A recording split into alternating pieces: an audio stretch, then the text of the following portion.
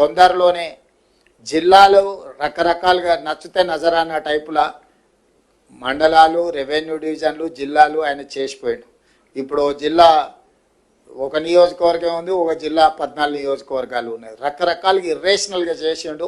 నిన్నమన్న అందరూ చర్చలు విజ్ఞప్తులు చేస్తారు, మా కొన్ని మండలాలు తీసి అనలేయండి, కొన్ని మండలాలు తీసి ఇన్లేయండి అని. లేకపోతే వరంగల్ అయితే వరంగల్ అనుకోకుండా మాది ఒకటే సిటీ 2 జిల్లాలు చేసిరు, మొత్తం మా ఉనికే మనుగడనే పోయింది, దాన్ని మొత్తం కలిపి ఒకటే జిల్లా చేయండి అని ఇట్లా రకరకాల డిమాండ్లు వస్తున్నాయి. మళ్ళీ పొలిటికల్ డెసిషన్స్ తీసుకుంటే న్యాయం జరగదు, సరైన విధంగా విభజన జరగదు. తొందరలోనే ఒక రిటైర్డ్ హైకోర్టు ఆర్ సుప్రీంకోర్టు జడ్జితో పాటు ఆఫీసర్స్ను, రెవెన్యూ, ఈ ఇతర శాఖలలో పనిచేసిన అధికారులతోని మనం ఒక కమిటీ వేసుకుందాం. నియోజకవర్గాల పునర్విభజన, అంటే నియోజకవర్గాల పునర్విభజన ఎట్లయితే గతంలో చేసినప్పుడు ఒక కమిషన్ వేసి, ఆ కమిషన్ ద్వారా పబ్లిక్ హియరింగ్ చేసి వివిధ ప్రాంతాల పర్యటన చేసి ఎట్లయితే సమాచారాన్ని సేకరించి చేసిండ్రో, ఈరోజు మండలాలు కానీ, రెవెన్యూ డివిజన్లు కానీ, జిల్లాలు కానీ వీటిని తగ్గించడం అనను, పెంచడం అనను, వీటిని రేషనలైజ్ చేయడం. అంటే వీటిని ఏ రకంగా చేయాలా, జిల్లాల మండలంలో ఎంత జనాభా ఉండాలి, రెవెన్యూ డివిజన్లో ఎంత జనాభా ఉండాలి, జిల్లాలో ఎంత జనాభా ఉండాలి అనేది ఒక ప్రాతిపదిక చేసుకోవాలి. ఒక దగ్గర 3 లక్షలు ఉండి ఒక దగ్గర 1 కోటి ఉండరు అనుకో, దీన్ని ఏ రకంగా మనము పరిపాలన చేయగలుగుతాం? ఇట్లాంటి సమస్యలు మా దృష్టికి వచ్చినాయి. తొందరలోనే దీనికి సంబంధించి రేపు బడ్జెట్ సమావేశాలలో పూర్తి స్థాయిలో చర్చ చేస్తాము. చేసి ఒక retired high court or supreme court judge నేతృత్వంలో ఒక కమిషన్ అపాయింట్ చేస్తాం.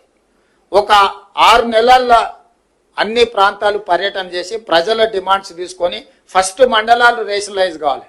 ఇవాళ ఒక మండలం 1,50,000 జనాభా ఉంటే ఒక మండలం 4,000, 3-4 గ్రామాలు కలిసి కూడా మండలం చేసిపోయారు గతంలో. ఓ లీడర్ నచ్చితే ఆ లీడర్ ఊరినే దాని చుట్టూతో 2 ఎంపీటీసీలు కలిపి 3 కలిపి ఒక మండలం చేసింది. నేను అంతకుముందు ఎంపీగా ఉంటే మల్కాజ్గిరి పార్లమెంట్లో జిల్లా పరిషత్ మీటింగ్కి పోయి కూర్చున్నాం, అందరు కూర్చొని కింద చూస్తే ఎవరు లేరు. నేను సీఈఓని అడిగిన, మీటింగ్ స్టార్ట్ చేయాలి కదా, జడ్పీ జిల్లా పరిషత్ వీళ్ళంతా ఎక్కడ ఉన్నారని. వచ్చారు కదా సార్, అందరు వచ్చారు, స్టార్ట్. అందరు ఏడు ఉన్నారా అంటే ఒక ఆయన చైర్మన్, ఇంకొక ఆయన వైస్ చైర్మన్, ఇంకొక ఆయన ప్రతిపక్ష నాయకుడు, అందరు ఇక్కడనే ఉండు. 5 మంది కలిపి జిల్లా పరిషత్. 5లో ఒక ఆయన నేను వస్తలేనని చెప్పి మిగతా 4 వచ్చి నా పక్కల్ని ఇటు కూర్చురు. కింద ముందలు ఎవరు లేరు, ఎవరి దిక్కు చూసి మాట్లాడాలి. అది కూడా ఒక జిల్లా పరిషత్ కింద చేసిర్రు. సో ఇట్లాంటి తప్పుల వల్ల పరిపాలన ఒక నమ్మకం లేని పరిస్థితులు వచ్చినాయి. అందుకే ఈ మధ్యలో డిమాండ్ చేసే వాళ్ళందరికీ నేను విజ్ఞప్తి చేస్తున్నా. మిత్రులు కొంతమంది అది అట్లా చేసిర్రు, ఇది ఇట్లా చేసిర్రు. అయ్యా, హైదరాబాద్ పేరు నేను పెట్టింది కాదు, మేడ్చల్ మల్కాజ్గిరి పేరు నేను పెట్టింది కాదు, సైబరాబాదు నేను పెట్టింది కాదు. ఈ 3 పేర్లు కాదు ఇప్పుడు నిన్న వచ్చిన మున్సిపల్ పోలీస్ కమిషనరేట్లు వచ్చినాయి. రంగారెడ్డి జిల్లా యాస్టీజ్ అంతకుముందే ఉంది, భువనగిరి అంతకుముందే ఉంది, సంగారెడ్డి అంతకుముందే ఉంది. వాటినే పోలీస్ కమిషనరేట్లు, ఏరియాలు, సరిహద్దులు అడ్జస్ట్మెంట్ చేసినాం. క్రైము, డెవలప్మెంటు, వీటన్నిటిని ఒక దృష్టిలో పెట్టుకొని ఉతగానే సికింద్రాబాద్ మీద కక్ష కట్టి సికింద్రాబాద్ను మొత్తం మాయం చేస్తున్నాను. అసలు సికింద్రాబాద్ పేరు ఉన్నదేడా, నేను తీసిందేడా? హైదరాబాద్, సికింద్రాబాద్ జంట నగరాలు హైదరాబాద్ మున్సిపల్ కార్పొరేషన్లో, గ్రేటర్ హైదరాబాద్ మున్సిపల్ కార్పొరేషన్లో యాస్టీస్గా ఉన్నాయి. హైదరాబాద్ డిస్టిక్లోనే సికింద్రాబాద్ ప్రాంతం కూడా ఉంది. నేనేం దాన్ని ముట్టుకోలేదు కదా. గ్రేటర్ హైదరాబాద్ మున్సిపల్ కార్పొరేషన్ అట్లనే యాస్టీస్గా ఉంది. మేడ్చల్ మల్కాజ్గిరి గతంలోనే జిల్లా పెట్టారు, అదే పేరు అట్లనే ఉంది. సైబరాబాద్ ఎప్పుడో పెట్టింది, అదే అట్లనే ఉంది. అంతకుముందు సైబరాబాద్ కమిషనరేట్ ఉంది. ఒకటి వాళ్ళకి కావాల్సిన రాచకొండ దొరల కోట పేరు పెడితే గదొక్కటి తీసినాయా? గదొక్కటి ఒకవేళ చేస్తే గీస్తే కన్నా కోటల పేర్లు మనకెందుకు, రాజుల పేర్లు మనకెందుకు అని సామాన్యుల పేర్లు ఉంటే బాగుంటుందని.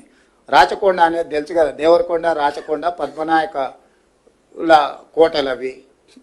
వారికి నచ్చినట్టు అవి పెట్టినట్టున్నాడు. అది ఇర్రేషనల్గా ఉంది అని చెప్పి భువనగిరి జిల్లా అని చేసినాం. రాచకొండను రంగారెడ్డి జిల్లాను ఫ్యూచర్ సిటీ కమిషనరేట్ చేసినాం. ఎందుకంటే మనం పెద్ద నగరమే కట్టుకోబోతున్నాం. కాబట్టి దయచేసి ఎలాంటి వివాదాలకు, అధికారుల మీద ఒత్తిడి తెచ్చే కార్యక్రమాలు పాల్పడకండి. రేపు పొద్దుగాల మండలాలు, రెవెన్యూ డివిజన్లు, జిల్లాలు పునర్వ్యవస్థీకరించడానికి ఒక జ్యుడిషియల్ కమిషన్ లాగా వేసి అందులో నిపుణులందరినీ పెట్టి అన్ని ప్రాంతాలు పర్యటన చేసి అందరి ప్రజల అభిప్రాయం తీసుకొని మండలాలలో 10% ± జనాభా ఒకే రకంగా ఉండేటట్టు, రెవెన్యూ డివిజన్లలో కూడా సమానమైన మండలాలు ఉండే విధంగా, జిల్లాలలో కూడా పాపులేషన్ 10% ప్లస్ ఆర్ మైనస్ పెట్టుకొని ఒక ట్రాన్స్పరెంట్ గవర్నెన్స్ అందించడానికి ఒక పూర్తి స్థాయిలో కార్యాచరణ తీసుకొని దానికి సంబంధించి కూడా ఎవరికి తెలియకుండా సీక్రెట్గా మనం ఇంట్లో కూర్చొని చేసేది లేదు. పూర్తి స్థాయిలో అసెంబ్లీలో డిబేట్ చేసి అందరు సూచనలు తీసుకున్నాకనే గైడ్ లైన్స్ ప్రిపేర్ చేసి అపాయింట్ చేస్తాము. ఎవరు ఎలాంటి అపోహలు కొత్త ఏదో జరిగిపోతుందని జిల్లాల పేర్లు తీస్తురని పెడుతుండ్రని పెట్టమని తీయండి అని ఇవన్నీ వదిలేయండి. రేపు బడ్జెట్ సమావేశంలో వీటన్నిటి మీద కూలంకషంగా అన్ని రాజకీయ పార్టీలు చర్చించి విధి విధానాలు ఖరారు చేసి ఏ రకమైన నిర్ణయాలు తీసుకోవాలని అప్పుడు తీసుకుంటాం. ఇప్పటికీ మీకు స్టేట్లో కట్టుకోవడానికి ఆఫీస్ స్థలం ఇస్తాం.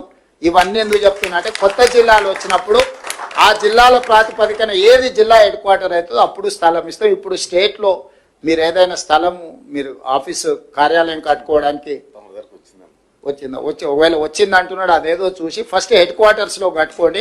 అక్కడ కూర్చొని మీరు కూడా సచివాలయం కట్టుకోండి. ఇక్కడ నుంచి కిందికి పరిపాలన అందించండి. సచివాలయం లేకపోతే పరిపాలన చేయలేము. గతంలో సచివాలయం కూడా ఉండేది కాదు. కట్టంగానే నేను వచ్చిన అందుకే పరిపాలన జరుగుతుంది. మీరు కూడా మీ గెస్టెడ్ ఆఫీసర్స్ కోసం ఒక సచివాలయాన్ని కట్టుకోండి. దానికి సంబంధించిన స్థలాన్ని నేను ఇస్తా.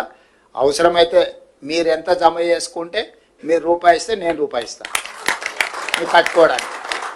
మీరు లక్షిస్తే నేను లక్షిస్తాను. మీరు కోటి మీరు జమ చేసుకుంటే నేను కూడా కోటి ఇస్తాను. మీరు ఎంత జమ చేసుకొని అన్న మా దగ్గరకు ఇది ఉన్నది ఇంత అంటే అంత మ్యాచింగ్ గ్రాంట్ ఇస్తా. 50-50 మీరు ఒక 50% పెట్టుకొని నేను ఒక 50% ఇస్తా.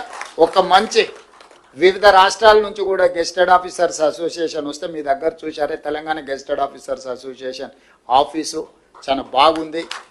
చాలా సమాచారం అంతా ఇక్కడ అందుబాటులో ఉంది అనే విధంగా మీరు కట్టుకోండి. నా వైపు నుంచి ఎప్పుడు మీకు సంపూర్ణమైన సహకారం ఉంటుంది. మీరందరూ కూడా ఈ ప్రభుత్వం మీద అనుకొని నడపండి.